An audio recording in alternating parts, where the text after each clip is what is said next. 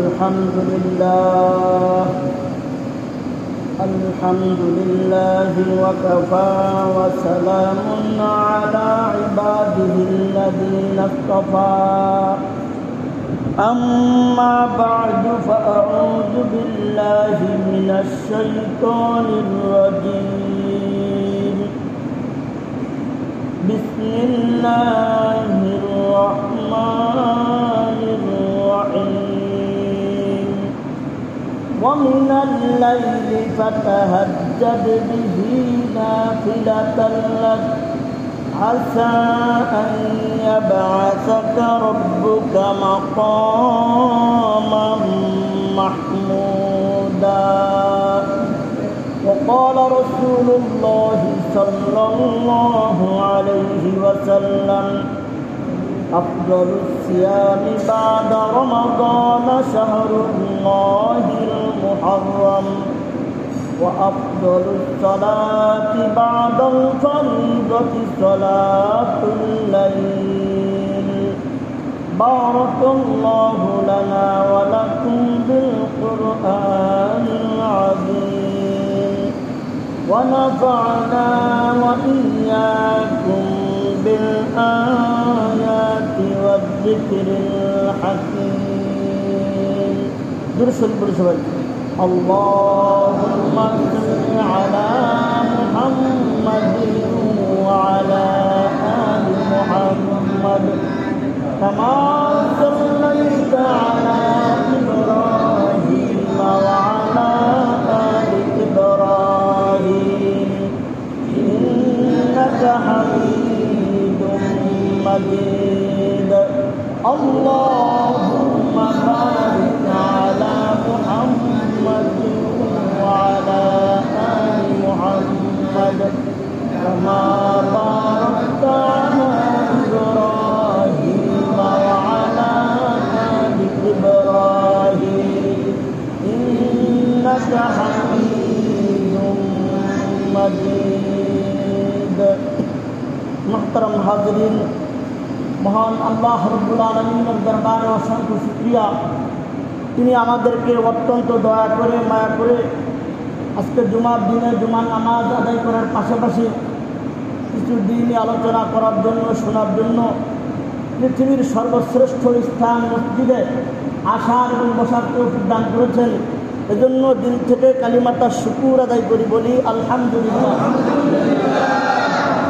আল্লাহ পাক রব্বুল আলামিনের কাছে তার বান্দাদের মধ্যে যত ইবাদত বন্দী আছে তার মধ্যে রাত্রিকালীন ইবাদত, রাত্রে যে ইবাদত বন্দী করা হয় এই ইবাদত বন্দী আল্লাহ তাআলার কাছে সর্বাধিক সবচাইতে বেশি প্রিয়। এজন্য যুগে যুগে আল্লাহর ওলিগণ যারা আল্লাহ তাআলার প্রিয় বান্দা তারা ওই রাত্রিকালীন নামাজ তাহাজ্জুদের নামাজের প্রতি খুব বেশি মনোনিবেশ করতেন, মনোযোগ দিতেন। আমাদের প্রিয় নবী হযরত মুহাম্মদ মুস্তাফা সাল্লাল্লাহু আলাইহি ওয়াসাল্লাম ওনার ব্যাপারে আসছে যে তিনি রাত জেগে জেগে এত দীর্ঘ নামাজ আদায় করতেন যে নামাজে দাঁড়িয়ে থাকতে থাকতে ওনার পা মুবারক ফুলে যেত। আম্মা জান আয়েশা সিদ্দিকা রাদিয়াল্লাহু তাআলা আনহা জিজ্ঞেস করলেন, ইয়া রাসূলুল্লাহ, আল্লাহ তাআলা তো আপনার পূর্বের পরে সব গুনাহ আল্লাহ তাআলা মাফ করে দিয়েছেন, তারপরে আপনি এত কষ্ট করেন কেন? রাসূল আকরাম সাল্লাল্লাহু আলাইহি ওয়াসাল্লাম উত্তরে বললেন যে আল্লাহ তাআলা যে আমার আগের পিছের সব গুনাহ মাফ করে দিয়েছেন, এজন্য আফলা আকুনা আবদান শাকুরা, আমি কি আল্লাহ তাআলা শুকরগুজার বান্দা হব না? আল্লাহ পাক রব্বুল আলামিন পবিত্র কুরআনুল কারীমের এক জায়গায় তার জান্নাতি বান্দা যারা হবে, যে সমস্ত বান্দারা জান্নাতি হবে তাদের বৈশিষ্ট্য বর্ণনা করতে গিয়ে তিনি বলেছেন ওয়াবিল আসহারি হুম ইস্তাগফিরুন, তাদের একটা বৈশিষ্ট্য হলো তারা রাত্রে শেষ প্রহরে উঠে আল্লাহ তাআলার দরবারে ইস্তিগফার করবে, ক্ষমা প্রার্থনা করবে। অন্য জায়গায় আল্লাহ পাক রব্বুল আলামিন তার প্রিয় বান্দাদের বৈশিষ্ট্য বর্ণনা করতে গিয়ে বলেছেন ওয়াল্লাযীনা ইয়াবিতুনা লিরাব্বিহিম সুজদান ওয়া কিয়ামা, ওয়াল্লাযীনা ইয়াবিতুনা লিরাব্বিহিম সুজদান ওয়া কিয়ামা, আল্লাহর প্রিয় বান্দা তারাই যারা তাদের রাত্রি কাটায় তার রবের দরবারে দাঁড়ানো অবস্থায়, ওয়াল্লাযীনা ইয়াবিতুনা লিরাব্বিহিম সুজদান ওয়া কিয়ামা, দাঁড়ানো অবস্থায় আর সিজদা অবস্থায়। আমরা খাওয়ার মধ্যে মজা পাই, ঘুমানোর মধ্যে মজা পাই, কিন্তু আল্লাহ তাআলার একদল বান্দা তারা আছে যারা খাওয়ায় মজা পায় না, তারা ঘুমানোর মজা পায় না, তারা আল্লাহর দরবারে কাদার মধ্যে সবচাইতে বেশি প্রশান্তি অনুভব করে। না খানে মে মজা, না সোনে মে মজা, মজা আতা হয় আখের রাত কে রোনে মে। খাওয়ায়ও কোনো মজা নাই, ঘুমানোতেও কোনো মজা নাই, তারা মজা পায় রাত্রের শেষ প্রহরে তাদের রবের দরবারে দাঁড়িয়ে বসে রোনাজাত করার মধ্যে। রাসূল আকরাম সাল্লাল্লাহু আলাইহি ওয়াসাল্লাম এক হাদিসের মধ্যে তিনি বলছেন, যারা নিরাপদে জান্নাতে প্রবেশ করতে চায়, ফর্মুলা তিনি বর্ণনা করছেন। হযরত আব্দুল্লাহ বিন সালাম রাদিয়াল্লাহু তাআলা আনহু বলেন যে রাসূল আকরাম সাল্লাল্লাহু আলাইহি ওয়াসাল্লাম যখন মদিনায় হিজরত করলেন, আমি সকলের সাথে তার চেহারা মুবারক দর্শন করার জন্য, দেখার জন্য আমি গেলাম। রাসূল আকরাম সাল্লাল্লাহু আলাইহি ওয়াসাল্লামের চেহারার দিকে তাকানোর পর আমার কাছে যেটা মনে হলো, তা আমি বুঝলাম, অনুভব করলাম, এই চেহারা কোনোদিনও কোনো মিথ্যাবাদীর চেহারা হইতে পারে না। রাসূল আকরাম সাল্লাল্লাহু আলাইহি ওয়াসাল্লাম সর্বপ্রথম যেই কথাগুলো বলছিলেন, সেই কথাগুলো হলো আল্লাহ রাসূল বললেন, আফশুস সালাম, তোমরা সালামের প্রসার ঘটাও। আফশুস সালাম ওয়া আতঈমুত তাআম, আর তোমরা ক্ষুধার্তকে খানা খাওয়াও, খাদ্য খাওয়াও। ওয়াসাল্লু ওয়ান নাসু নিয়াম, ওয়াসাল্লু, তোমরা নামাজ আদায় করো এমন অবস্থায়, ওয়ান নাসু নিয়াম, মানুষ যখন ঘুমন্ত থাকে। তার মানে কোন নামাজ বোঝানো হইল? তাহাজ্জুদের নামাজ। কোন নামাজ বোঝানো হইল? তাহাজ্জুদের নামাজ। এরপরে আল্লাহ রাসূল বলেন, তাদখুলুল জান্নাতা বিসালাম, যদি এই কাজগুলো তোমরা করতে পারো তাহলে নিরাপদে জান্নাতে প্রবেশ করতে পারবে। অন্য হাদিসের মধ্যে রাসূল আকরাম সাল্লাল্লাহু আলাইহি ওয়াসাল্লাম বলছেন, আলাইকুম বিকিয়ামিল লাইল, আলাইকুম বিকিয়ামিল লাইল, রাত্রের নামাজ আদায় করো। রাত্রের নামাজ তোমাদের উপর আবশ্যক। কেন? দাব্বুস সালিহিনা ক্বাবলাকুম, এই রাত্রিকালীন নামাজ পড়া, তাহাজ্জুদের নামাজ আদায় করা তোমাদের পূর্ববর্তী নেককারদের অভ্যাস। তোমাদের পূর্ববর্তী নেককারদের অভ্যাস। পৃথিবীতে যত আল্লাহর ওলিদের আগমন ঘটছে, এমন একজনও আল্লাহর ওলি পাওয়া যাবে না যারা তাহাজ্জুদের নামাজ আদায় করে নাই, শেষ রাত্রে আল্লাহর দরবারে রোনাজারি করে নাই। এরপর আল্লাহ রাসূল বলেন, ওয়াহুয়া কুরবাতুন ইলা রাব্বিকুম, শুধুমাত্র পূর্ববর্তী নেককারদের অভ্যাস এটাই না, বরং আল্লাহ তাআলার নৈকট্য হাসিলের একটা মাধ্যম। এরপর বলেন, ওয়া মাগফিরাতুল লিস-সাইয়্যাত, গুনাহের কাফারা স্বরূপ। এর মাধ্যমে আল্লাহ তাআলা বান্দার গুনাহ মাফ করে দেয়। ওয়া মানহাতুল লিল ইসমি, আর অন্যায় কাজে বাধা প্রদান করে। রাত্রিকালীন নামাজ, তাহাজ্জুদের নামাজ, এটা আদায় করার মাধ্যমে ওই বান্দাকে অন্যায় কাজে বাধা প্রদান করে, সে অন্যায় কাজে যাইতে পারে না। এজন্য আমি আপনাদেরকে পরামর্শ দিতে চাই যে প্রতিদিন কিছু কিছু তাহাজ্জুদের নামাজ আমরা আদায় করার চেষ্টা করবো। 2-4 রাকাত, কমপক্ষে 4 রাকাত। ভোর রাত্রে ফজরের একটু আগে ওঠেন, উঠার পরে ওযু করে 4 রাকাত নামাজ পড়েন, আল্লাহ তাআলার কাছে দোয়া মোনাজাত করেন। আপনার যত রকমের চাওয়া পাওয়া, দুঃখ বেদনা যা আছে সব আল্লাহর দরবারে খুলে বলেন, দেখবেন আপনার মনে আছে পূরণ হবে। আপনার যত রকমের সমস্যা আছে আল্লাহ দূর করে দেবে। এজন্য আমরা প্রত্যেকে চেষ্টা করবো তো ইনশাআল্লাহ। আল্লাহ তাআলা আমাদেরকে তৌফিক দান করুন। তারপরে আসুন, আল্লাহ পাক রব্বুল আলামিন তার বান্দার প্রতি অধিক দয়াবান। এজন্য আল্লাহ পাক রব্বুল আলামিন তার প্রিয় হাবিব সাল্লাল্লাহু আলাইহি ওয়াসাল্লামের মাধ্যমে আমাদেরকে সহজ কিছু আমলের পরামর্শ দিয়েছেন, যে আমলগুলো যদি কোনো মানুষ করতে পারে তাহলে আল্লাহ পাক রব্বুল আলামিন ওই বান্দাকে রাত্রে ইবাদত বন্দেগী করার সওয়াব দান করে দেন। 1 নম্বরটা আমরা রাত্রে সরাসরি নামাজ আদায় করার চেষ্টা করব। আর একটা হলো যে এই আমলগুলো যদি কোনো ব্যক্তি করতে পারে তাহলে রাতের ইবাদতের যে সব আল্লাহ তাআলা তার আমল নামায় দান করবেন। এর মধ্যে একটা আমল হলো, খুব খেয়াল করবেন, ঈশার নামাজ আর ফজরের নামাজ জামাতের সাথে আদায় করা। কোন নামাজের কথা বললাম? ঈশার নামাজ আর ফজরের নামাজ জামাতের সাথে আদায় করা। আপনি জোহরের কথা বলছি, বলেন যে বাজারে ছিলাম, খেতে ছিলাম। আসরের কথা বলছি, বলেন যে অমুকখানে ছিলাম। মাগরিবও বাইরে কাটাইছেন, এসব সময় আপনি করে থাকেন, ফজরে করে থাকেন। অধিকাংশ মানুষ ঈশার নামাজের সময় আর ফজরের সময় বাড়িতেই থাকে। এমনকি জঙ্গলের যত পশু পাখি আছে তারাও সারাদিন এদিক সেদিক থাকার পরেও ঈশার সময় ফজরের সময় কিন্তু বাসায় থাকে। এই হিসাবে আমাদের মসজিদে ঈশার নামাজ আর ফজরের নামাজে মুসল্লি বেশি হওয়ার কথা ছিল না, কি বলেন? কিন্তু আমরা এর উল্টো চিত্র দেখতে পাই। অনেক মানুষ আজান শুনতেছে, আজানের আওয়াজ কানে আসতেছে, এমনি ডাকা হইতেছে, তারপরেও আসে না, এরপরেও আসে না। আমরা গাফলতির পরিচয় দিই, এমন পরিচয় দিয়ে আমাদের ঠিক হবে না। ঘুমানোর সময় তো এক সময় পাবেন, কিন্তু নামাজ যে মিস করছেন এটা জীবনে ফিরে আসবে, বলেন? ফিরে আসবে না। এই জন্য একটু বিবেকের সাথে একটু হিসাব কিতাব মিলান। মজা কতটুকু ভোগ করতেছি আর এর বিনিময়ে আমার সাজা কি পরিমাণ ভোগ করতে হবে, এটা খালি ভাববেন। ফজরের নামাজ আসলে না, কয়েক ঘন্টা ঘুমাইছেন, কতখানি মজা পাইছেন, আর এর সাজা কতখানি। ওয়াজ আপনারাও জানেন, এটা একটু চিন্তা করবেন। ওয়াজ তো জানাই আছে, এখন যদি মিলাবেন যে মজা ভোগ করলাম কতক্ষণ আর সাজা কি পরিমাণ ভোগ করতে হবে, এই বিষয়টা আমরা গভীরভাবে খেয়াল রাখবো। তাহলে যে কথাটা বলতেছিলাম যে ফজর, ঈশার নামাজ আর ফজরের নামাজ জামাতের সাথে আদায় করা। আপনারা বললে রাগ হয়ে যাবেন। এক বুজুর্গ তার কিতাবের মধ্যে লেখছে, শুকর ছিলেন আপনারা, শুকর নিকৃষ্ট জানোয়ার, কি বলেন? আল্লাহর নিকৃষ্ট সৃষ্টি। শুকর প্রতিদিন সকালবেলায় আল্লাহর কাছে ডাক দিয়ে বলে, আল্লাহ আমার প্রথম দৃষ্টিটা যেন কোনো বেনামাজির খেয়ালের উপর না পড়ে।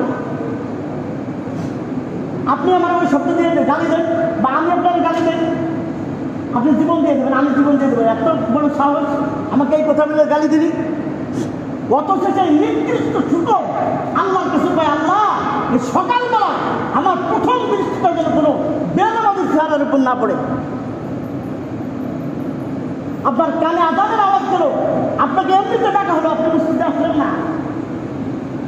আল্লাহ আপনাকে বাধ্য করতে পারতেন না? বিশাল আসমান আল্লাহ তারা খুঁটিবিহীন দান করায় রাখছে। বিশাল সমুদ্র আল্লাহর হুকুমে সে নিয়ন্ত্রণে আছে। আল্লাহ ইচ্ছা করলেন আপনাকে বাধ্য করে মসজিদে আনতে পারতেন, কিন্তু দুনিয়াটা পরীক্ষার হল। আল্লাহ কিছু বলে না, জিল দিয়ে রাখছে, দেখি কি করে আমার বান্দা, দেখা যাক। আল্লাহ তাআলা আমাদেরকে বোঝার তৌফিক দান করুন।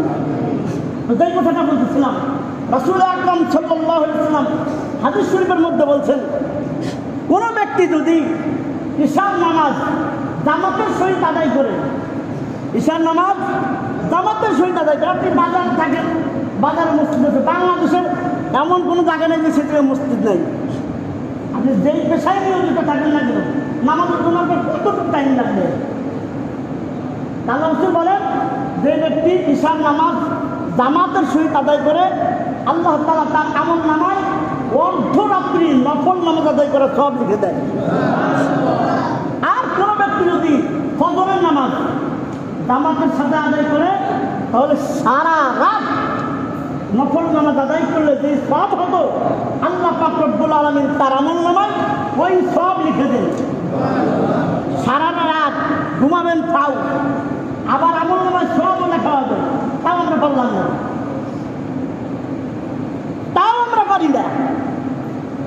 ঘুম তো হইতেছে, খালি ঈশার নামাজ আর ফজরের নামাজ জামাতের সাথে আদায় করবো, সারা রাত নফল ইবাদত করে সব, এইটাও আমাদের দ্বারা সম্ভব হয় না।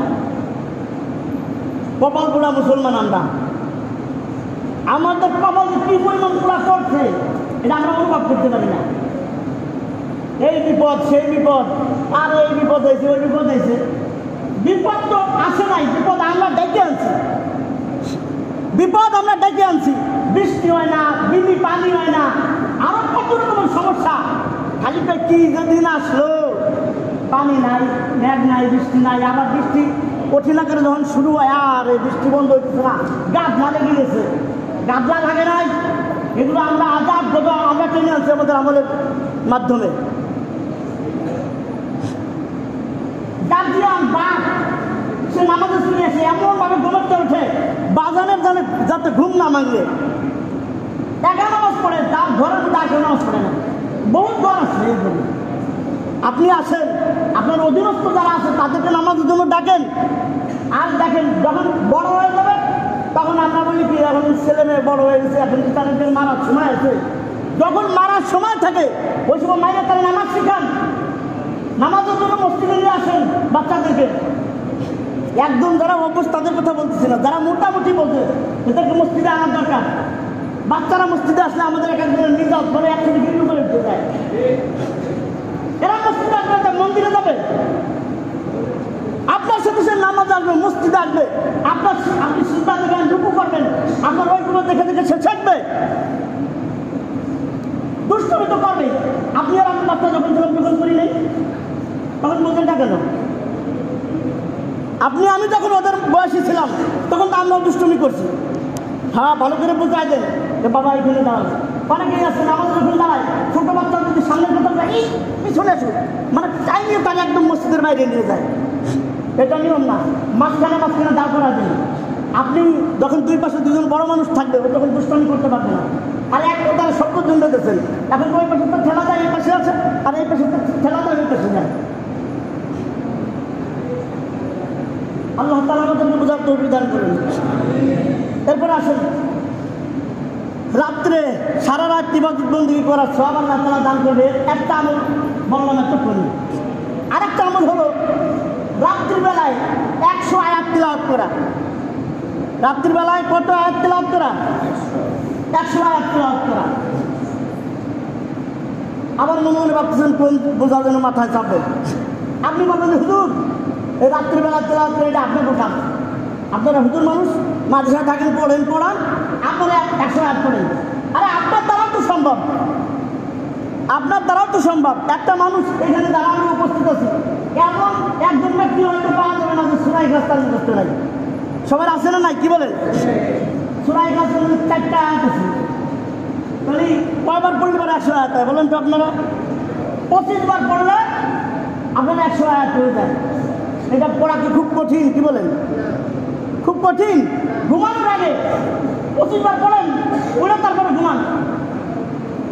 আপনি হলো যে জিয়ারত করতে করতে ঘুমাইবেন, নাটক দেখতে দেখতে, সিনেমা দেখতে দেখতে আপনি ঘুমাইবেন।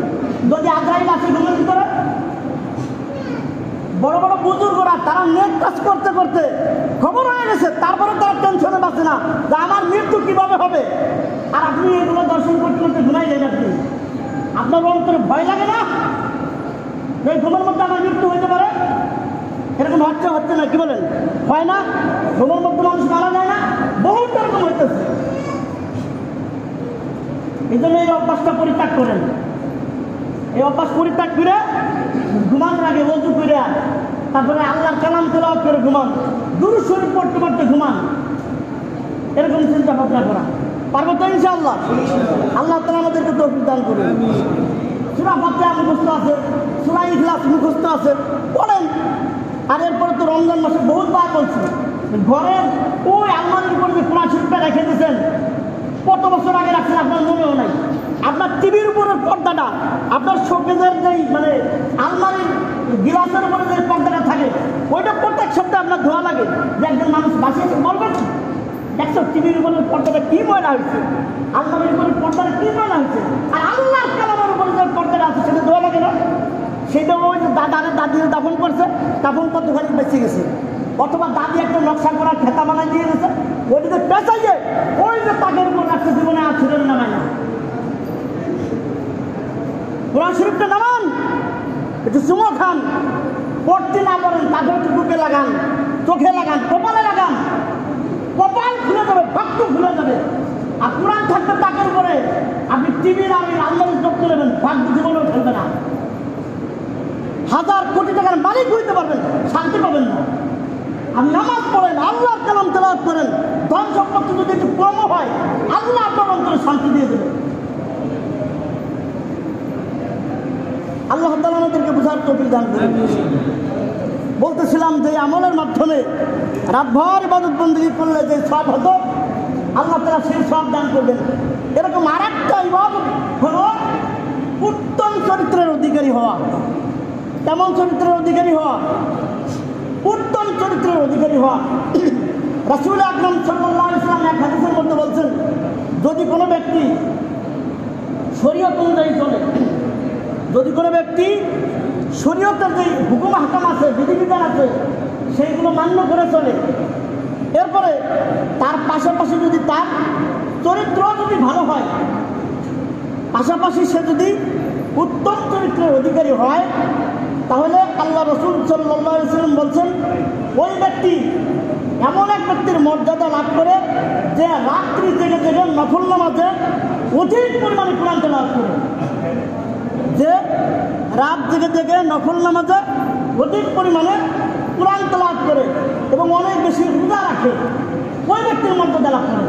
এখনো শরীয়ত অনুযায়ী চলা, আপনি যে কোনো কাজ করবেন, ব্যবসা বাণিজ্য, খেয়াল খামার, চাকরি বাকরি, আরও যা কিছু আছে, অবশ্যই আপনার ওই জায়গায় শরীয়তের কোনো না কোনো বিধান আছে, আপনি সেটা জানেন, সেটা মানবেন, আর উত্তম চরিত্রের অধিকারী হবেন। আল্লাহ তাআলা আপনাকে ওই সওয়াব দান করবেন। উত্তম চরিত্রের অনেক ব্যাখ্যা আছে। কার চরিত্রটা উত্তম, যতই মিছিল দেই, অমুক ভাইয়ের চরিত্র ফুলের মতো পবিত্র, অথচ মনে মনে জানে যে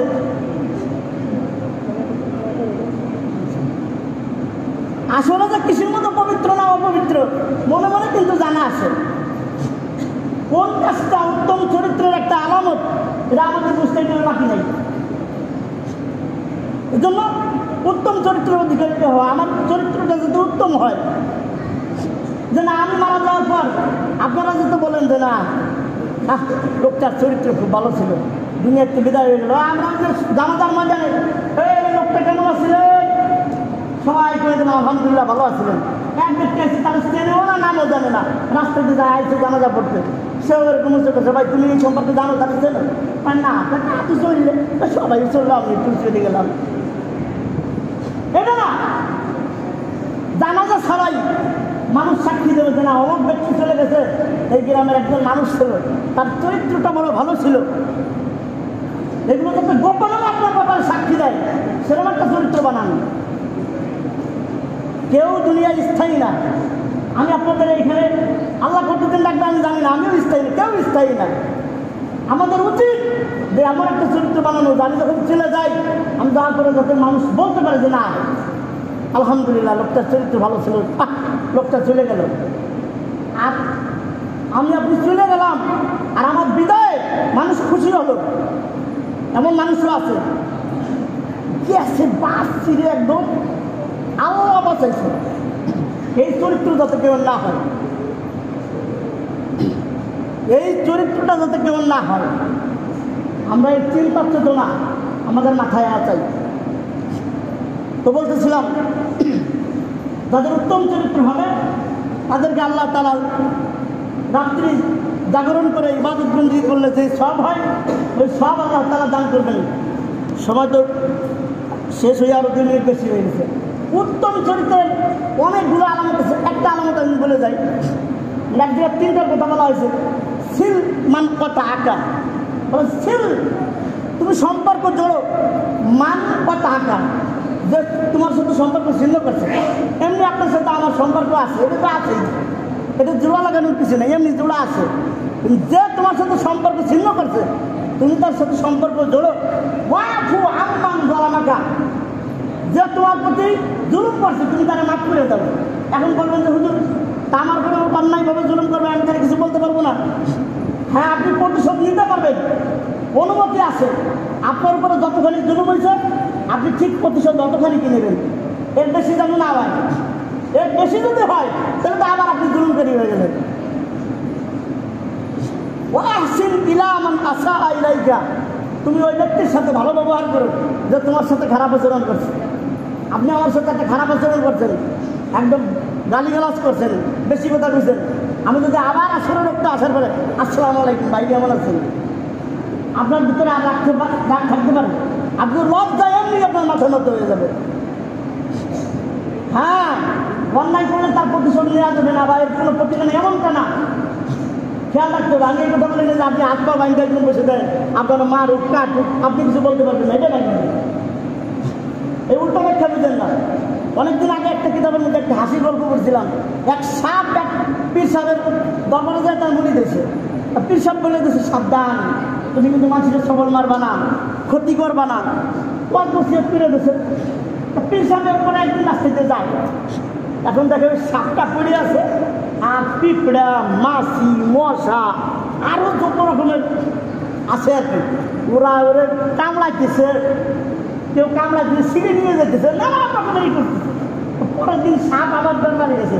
তোর পিসাবকে কিরে তোরা যে দেখলাম তুই একদম নিরীহ অবস্থায় একদম আত্মার গোটায় বয়ে রেছিস, এখন যদি আপনি না কইছেন কেউ সবল মারা যাবে না, কেউ ক্ষতি করা যাবে না।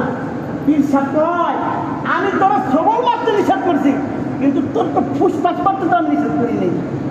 মাঝে মাঝে ফুসফাসও করতে হবে। তুই যদি একটা ফুস মারিস, ওই সমস্ত মশা মাসি তোর কাছে জায়গা থাকবে নেই। আমি তো তোর ওইগুলো নিষেধ করছি, কিন্তু ফুসফাস করতে তো নিষেধ করি নেই। আপনি ন্যায়ভাবে আপনার যেটা করার সেটা তো করবেনই, কিন্তু অন্যায়ভাবে যদি কিছু না হয় খেয়াল রাখবে তো ইনশাল্লাহ।